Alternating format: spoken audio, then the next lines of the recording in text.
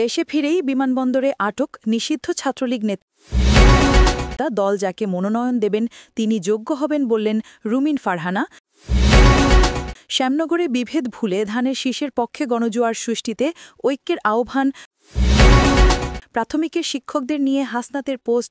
এতক্ষণ শুনছিলেন সংবাদ শিরোনাম, এখন বিস্তারিত। মানিকগঞ্জের সিংগাইর উপজেলা ছাত্রলীগের সাধারণ সম্পাদক আবদুল্লাহ আল মামুনকে শাহজালাল আন্তর্জাতিক বিমানবন্দর থেকে আটক করেছে ইমিগ্রেশন পুলিশ। গত শনিবার ৮ নভেম্বর ভোর রাতে বিমানবন্দরের ইমিগ্রেশন কর্মকর্তারা তাকে আটক করেন, পরে সিংগাইর থানায় পুলিশের কাছে হস্তান্তর করেন। সিংগাইর থানার অফিসার ইনচার্জ ওসি তৌফিক আজম বিষয়টি নিশ্চিত করেছেন। তিনি জানান, আটক আবদুল্লাহ আল মামুন সিংগাইর উপজেলার বলধারা ইউনিয়নের বেরন্ডি গ্রামের আব্দুস সামাদের ছেলে। ওসি তৌফিক আজম বলেন, আবদুল্লাহ আল মামুনের বিরুদ্ধে সিংগাইর থানায় একাধিক মামলা রয়েছে। সরকার পতনের পর তিনি দুবাইয়ে আত্মগোপনে ছিলেন। শনিবার রাতে দেশে ফিরে এলে ইমিগ্রেশন কর্মকর্তারা তাকে শনাক্ত করে আটক করেন। পুলিশ জানায়, দীর্ঘদিন আত্মগোপনে থাকার পর দেশে ফেরার সময় গোপন তথ্যের ভিত্তিতে তাকে আটক করা হয়। বর্তমানে তাকে সিংগাইর থানায় নেওয়া হয়েছে এবং আইনি প্রক্রিয়া চলছে।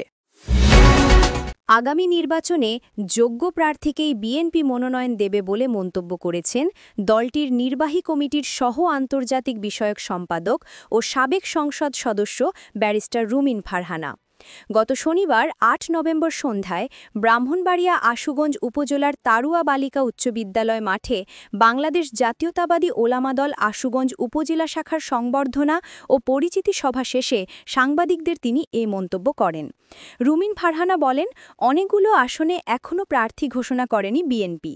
বিএনপি অনেক বড় একটি রাজনৈতিক দল, দীর্ঘ ১৭ বছর সংগ্রাম করেছে ও ত্যাগ স্বীকার করেছে। বিএনপির সঙ্গে অন্য দলগুলোর জোট গঠনের কথা চলছে। জোটরা যে আসনগুলি চেয়েছে সেই আসনগুলো আপাতত স্থগিত রাখা হয়েছে। অতি দ্রুত এই আসনগুলোতে প্রার্থী ঘোষণা করা হবে।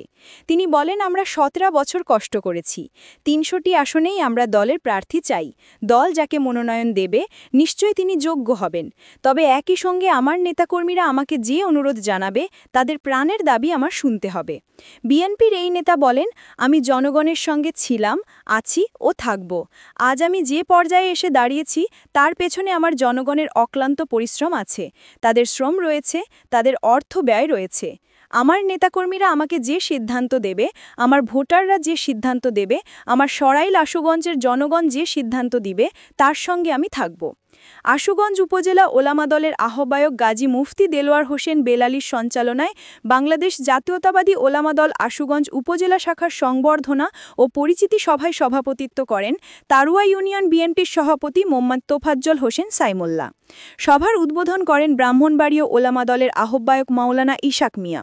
অনুষ্ঠানে প্রধান বক্তা হিসেবে বক্তব্য দেন ব্রাহ্মণবাড়িয়া ওলামা দলের সদস্য সচিব মাওলানা ইয়াহিয়া মাসুদ। সাতক্ষীরা ৪ শ্যামনগর আসনে বিভেদ ভুলে ধানের শীষের পক্ষে গণজোয়ার সৃষ্টিতে ঐক্যের আহ্বান জানিয়েছেন সাতক্ষীরা জেলা বিএনপির নেতৃবৃন্দ।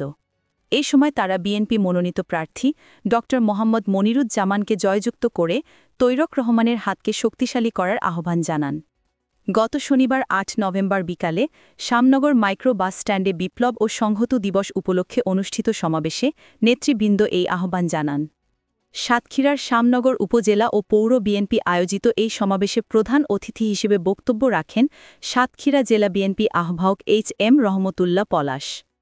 শ্যামনগর পৌর বিএনপির সাবেক আহ্বায়ক শেখ লিয়াকত আলী বাবুর সভাপতিত্বে সমাবেশে বিশেষ অতিথির বক্তব্য রাখেন জেলা বিএনপির সদস্য সচিব আবু জাহিদ ডাবলু, জেলা বিএনপির যুগ্ম আহ্বায়ক আবুল হাসান হাদি, সাতক্ষীরা ৪ আসনে বিএনপি মনোনীত প্রার্থী ও জেলা বিএনপির যুগ্ম আহ্বায়ক ড মোহাম্মদ মনিরুজ্জামান, জেলা বিএনপির যুগ্ম আহ্বায়ক আক্তারুল ইসলাম, কেন্দ্রীয় কৃষক দলের সহ-সাধারণ সম্পাদক অ্যাড আব্দুস সালাম, উপজেলা বিএনপির সাবেক সভাপতি গাবুরা ইউনিয়ন পরিষদের চেয়ারম্যান জি.এম. মাসুদুল আলম, জেলা বিএনপির সদস্য জি.এম. লিয়াকত আলী, সোলাইমান কবির ও জহুরুল হক আপ্পু প্রমুখ।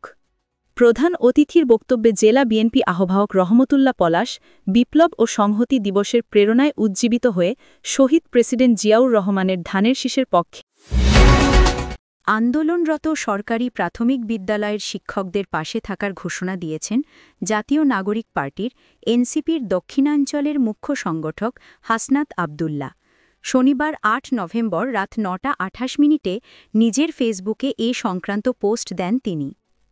ওই পোস্টে হাসনাত আবদুল্লাহ লেখেন, প্রাথমিক বিদ্যালয়ের শিক্ষকরা তাদের দাবি পূরণের জন্য রাজপথে নেমেছেন।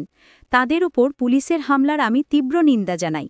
শিক্ষকদের দাবির ন্যায্য সমাধান না হওয়া পর্যন্ত শিক্ষকদের পাশে থাকব ইনশাল্লাহ। এর আগে আন্দোলন চলাকালীন শনিবার পুলিশের হামলায় ৫ শিক্ষক গ্রেপ্তার ও শতাধিক আহত হয়েছেন। এ অবস্থায় দাবি বাস্তবায়ন ও পুলিশের হামলার প্রতিবাদে রোববার ৯ নভেম্বর থেকে শহীদ মিনারে অবস্থানের পাশাপাশি সারা দেশের সব প্রাথমিক বিদ্যালয়ে পূর্ণদিবস কর্মবিরতি চলবে বলে জানিয়েছেন প্রাথমিক শিক্ষক দাবি বাস্তবায়ন পরিষদের সমন্বয়ক শামসুদ্দিন মাসুদ।